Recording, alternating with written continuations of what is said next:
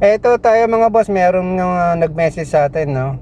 Etong tanong niya, boss, anong masasabi mo sa player na mapanakit, mapanlait, di marunong o hindi makataong maglaro sa loob ng hardcourt? What's up mga boss?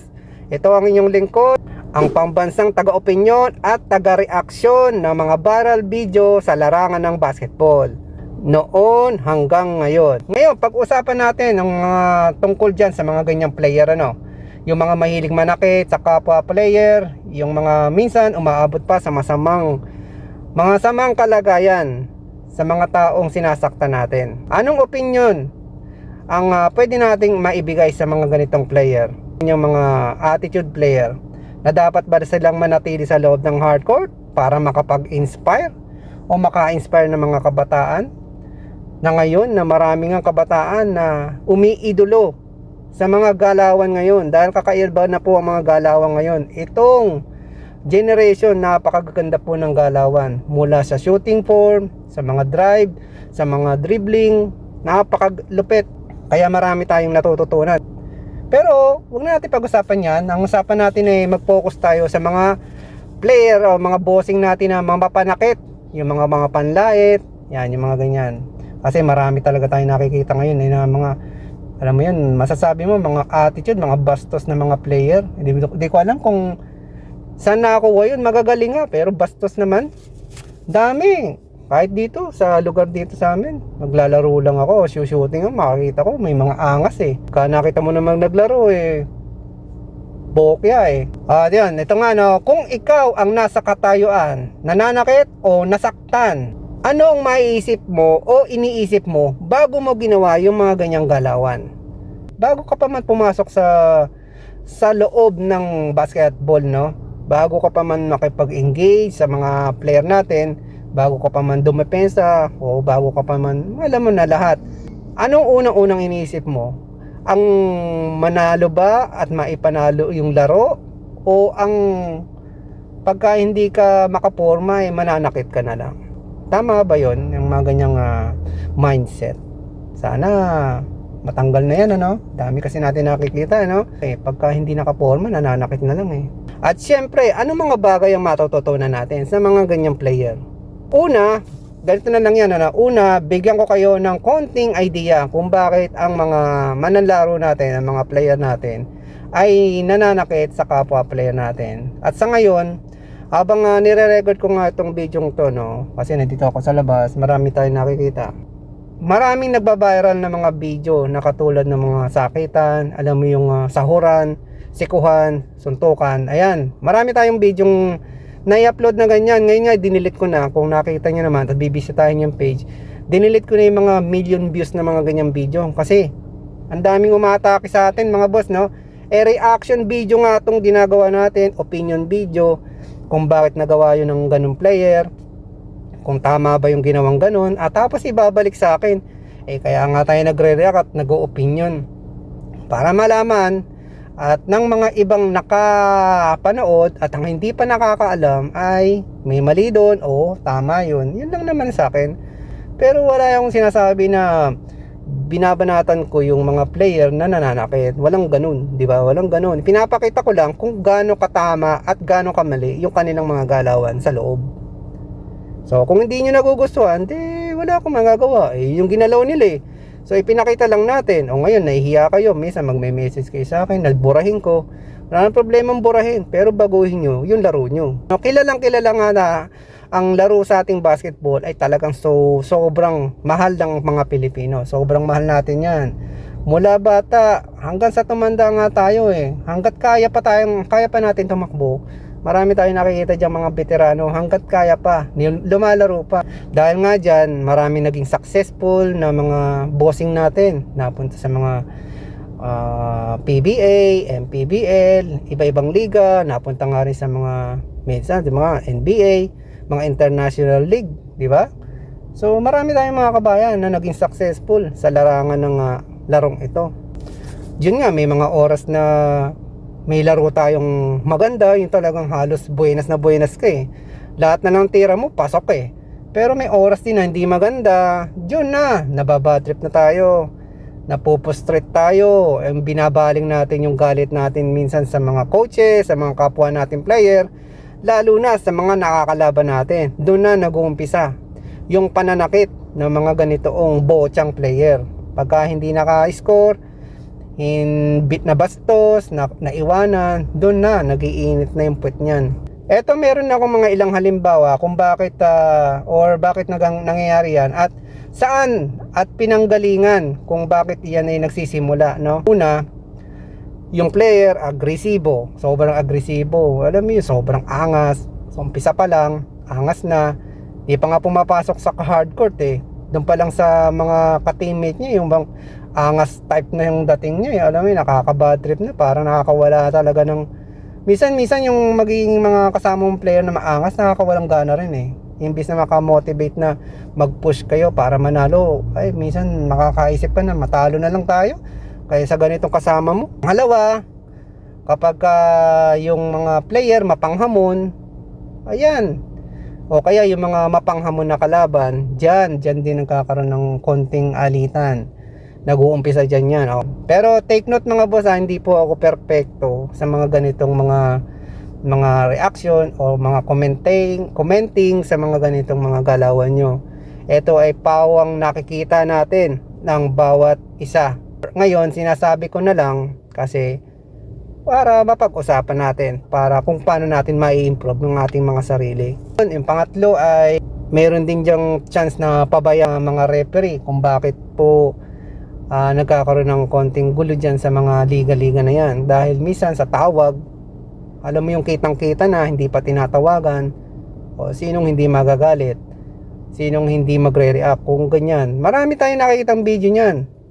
Mga bubbles na referee.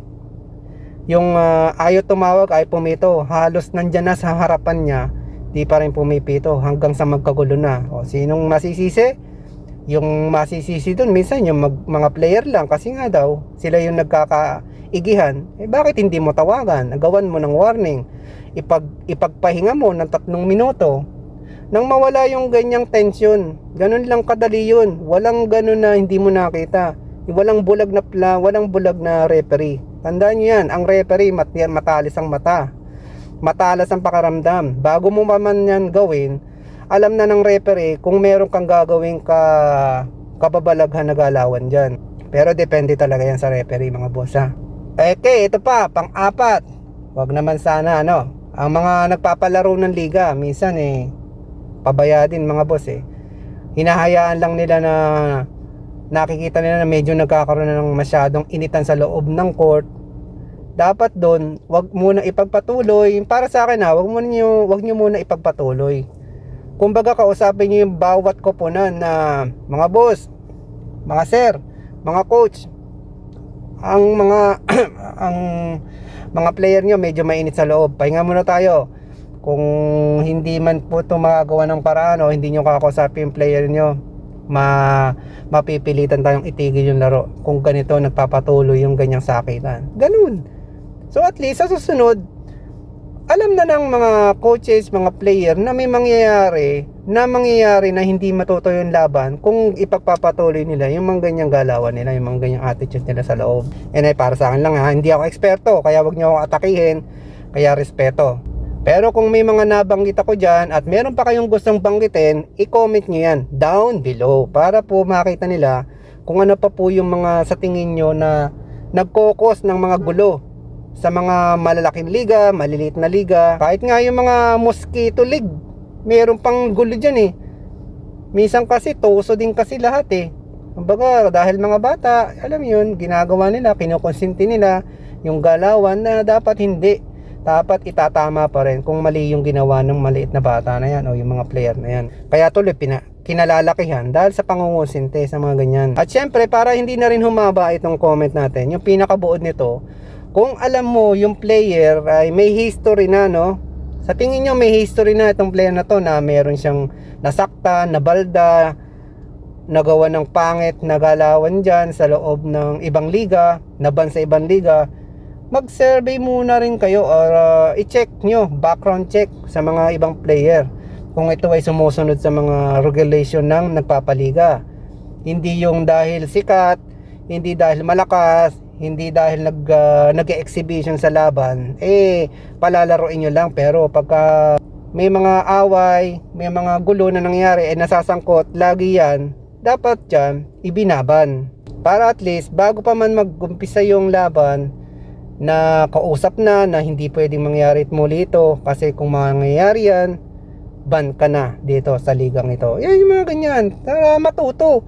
Kasi kinukonsinti rin pinapayagan. Kasi ba't wala na ba ibang player? Napakaraming player, napakaraming magagaling na player na walang attitude, na walang ganyang ginagawang gulo. Ano gayahin nyo yung mga Amores type, manununtok ng ilan, babasagin ng ilang panga, tapos wala. Ngayon nasa iba pa siyang mga team, tinanggap siya. O di konsentidor din talaga no. Tsaka ang totoo niya mga boss, walang magagawa ang mga player kahit na yung coaching, kung ang nagpapaliga talagang lehitimong nagpapaliga, merong foundation sa kanilang mga rules and regulation na hindi mababali. Kasi kung yan nababali dahil sa pakikiusap, wag na po boss, sige na pakiusap, pagbigyan na natin to. Hindi, dapat kung meron kayong mga ganyang mga patakaran, wag niyong babaliin para tuloy hindi kayo inaabuso ng mga player. Kasi lahat yan posibleng mangyari, gulo. Pero lahat yan posibleng mawala lahat yan at ma-avoid dahil sa inyo. Kasi kayo ang makapangyarihan dyan. Ang nagpapaliga, ang mga referee, ang mga nagpapacilitate ng inyong mga ganyang liga, no? Eto na, last na to, no? Para naman to sa mga player. Magaling ka, nag-uumpisa pa lang, kasasali pa lang, nagte-training pa lang, o may mission ka sa laban, responsable kayo sa paglalaro. Yung obligasyon nyo, alamin nyo, maging ehemplo ng bawat mga player dito. Mula bata, kasi maraming nanonood na bata sa inyo, hanggang sa mga matatanda. Maraming nanonood, at sila yung nakakakuha ng mga tips sa mga galawan nyo, at kayo yung inspiration kayo ng mga bata, lalo na no, kung paano kayo gumalaw, kung paano kayo makitungo, makisama sa ibang player. Hindi lang yan na sa attitude kung gaano kayo kagaling, yan ay napapalooban na attitude kung paano rin kayo makisama. Dahil kung parehas kayong lumalaban at kayo ay marunong makitao, marunong makisama, at payapa kayong kalaro, malayo po mararating yung mga boss. Walang imposible pag gaganyan ang attitude nyo. So yun lang po mga boss, sa mga tinamaan, mga player, kung tinamaan ka at pasok sa pagiging attitude mo itong comment natin, magbago ka.